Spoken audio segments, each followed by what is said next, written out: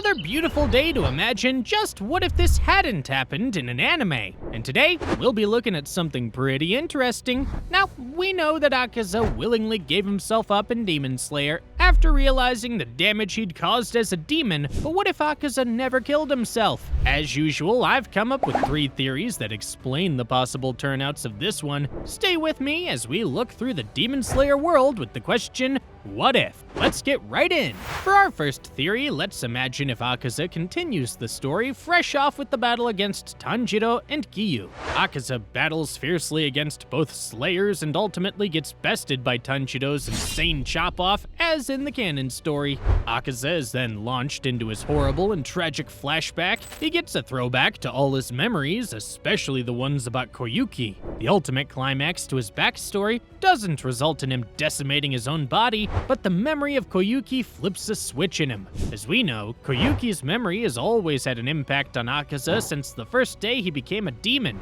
Normally, Akaza isn't really into killing women often, but let's imagine that this flashback makes this character of his way more active. We can imagine that he would also restrain his bloodlust. Let's also say theoretically that the only way to break free from Muzan's stronghold is with even stronger willpower, as in the case of Nezuko. Now Akaza lives as a free demon resisting Muzan's clutches. Now, Akaza's next thought is defeating Muzan, the man who cursed and distracted him from reuniting with Koyuki and also asserted dominance over the man who used him. Still confused and disturbed, Tanjiro and Giyu look at Akaza shocked as he doesn't even attack. Akaza then walks slowly toward them and charges away from the battle. Still in awe, Tanjiro and Giyu try to follow him, but they get lost in the spiral of the Infinity Castle. The Infinity Castle goes on, as it does in the canon story. As Akaza makes his way through the Infinity Castle, all that remains in his mind is the urge to rip out Muzan's throat.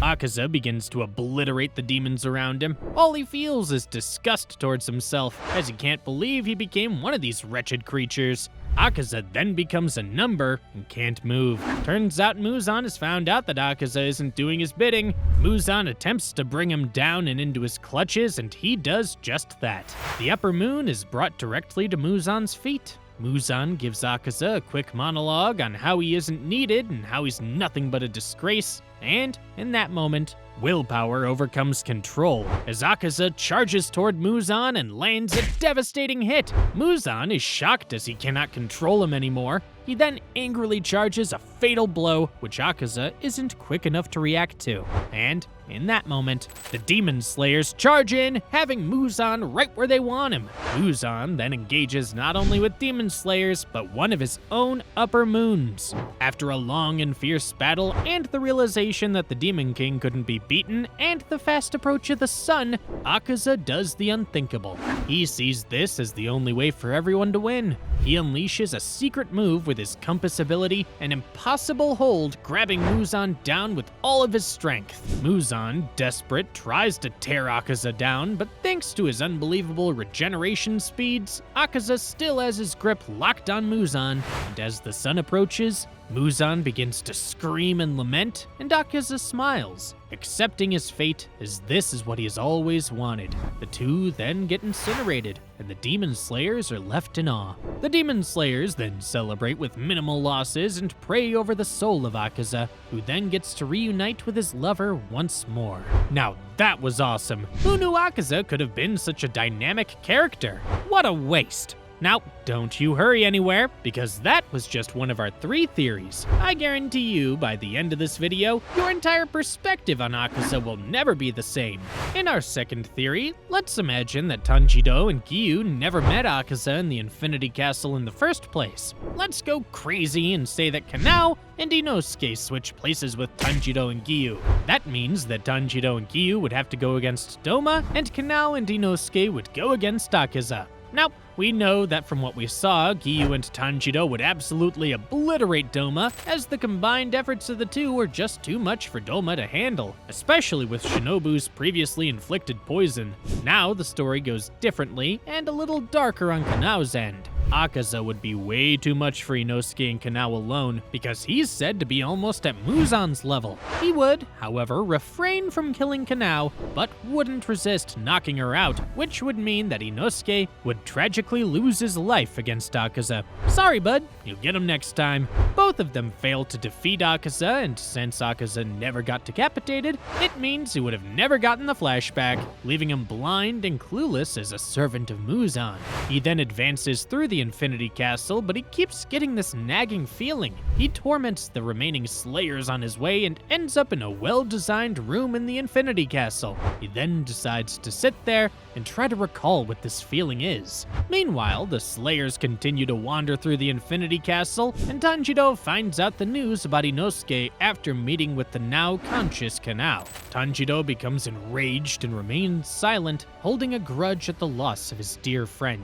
He then progresses through the castle in pure hatred, and the Slayers engage with Muzan face to face. This fight plays out the same, though with one man crucial to Tanjiro missing. Then when the Slayers begin to get the upper hand, an unexpected guest arrives. Akaza jumps out, brutally hitting Tanjiro into a wall with his compass attack. Muzan realizes that he's lost a finger, not meaning much to him, but then Tanjiro gets up and is revealed to be a demon, with Muzan's finger locked into his neck. Muzan and Akaza think it's a marvelous sight, but they're shocked when Tanjiro instantly flames in and decapitates Akaza. The whole battlefield is shocked as once more, willpower beats control. The Slayers charge in with Tanjiro and brutally attack Muzan, and suddenly, Akaza's body takes the hit for him, allowing the flashback to kick in. Akaza's body just kneels and stays stagnant on the battlefield, and after a long battle and brutal attacks from Demon Tanjiro, the Slayers finally get the best of Muzan and burn him up in the sun. But then, Tanjiro, like his sister, also overcomes the sun and begins to attack the Slayers. But with his sister's embrace and the encouragement of all the surviving Slayers, Tanjiro breaks free from Muzan's hold and regains his consciousness. Then, surprisingly, Akaza's body stands up ready to fight, confusing everyone on the battlefield. Nezuko then goes and holds him as well, reminding him of the feeling he was getting, the embrace from his lover as he finally gets burned up as well, finally reuniting him with his loved one Koyuki, leaving the survivors to live happily, knowing that they've conquered all that's left and have done it well, as they've avenged all they've lost, making the win not just for the Slayers, but for Akaza as well. Now that was a happy ending, I think. Now don't click off this video, we've still got one more theory that's gonna leave you shaking in your boots. For our final theory, what if, theoretically, Akaza does get the flashback and he genuinely doesn't care? Not that he doesn't care exactly, but we could say he has the kind of, I want to go back, but I've gone too far type of mentality. He then continues to regenerate and fights against Giyu and Tanjiro. Now, this is a really bad thing for the Slayers because they've both given it all they've got just to find out this man is both unkillable and on Muzan's side. Now this would lead to the tragic death of both Giyu and Tanjiro, which is the biggest problem that the Demon Slayers could get because those were some of the hardest hitters in the fight against Muzan. Akaza continues to go from battle to battle just for the thrill, killing Slayers like Inosuke, Zenitsu, and maybe even Sanemi or Obanai. This would lead to Akaza becoming a bloodlusted menace, taking out the members of the Demon Slayers and stripping them of any hope of defeating the Demon King. Even when the remainder of the demons come to fight Muzan, they would be wiped out almost instantly, leaving the world in the terrible clutches of the demons. All that's left of them are corpses, statues, and damaged sunblades. With Akaza and Muzan being the only powerhouses left, Muzan would think of them as just enough to continue with the Empire. Though, out of his bloodlust, Akaza becomes disgusted at himself, constantly having the torments of his memory pulling him down from reuniting with the love of his life. And the man who caused all of it stands right in front of him. Akaza begins to use all of his attacks, brutally pummeling Muzan and weakening him with devastating blows. Then, the sun begins to rise, and Muzan retaliates, hitting Akaza back and paralyzing him. Turns out that Akaza wasn't really seen as useful and isn't needed in this new world. Akaza accepts accepts his fate that he can't win against the Demon King, Muzan laughs and continues on his hunt for Nezuko.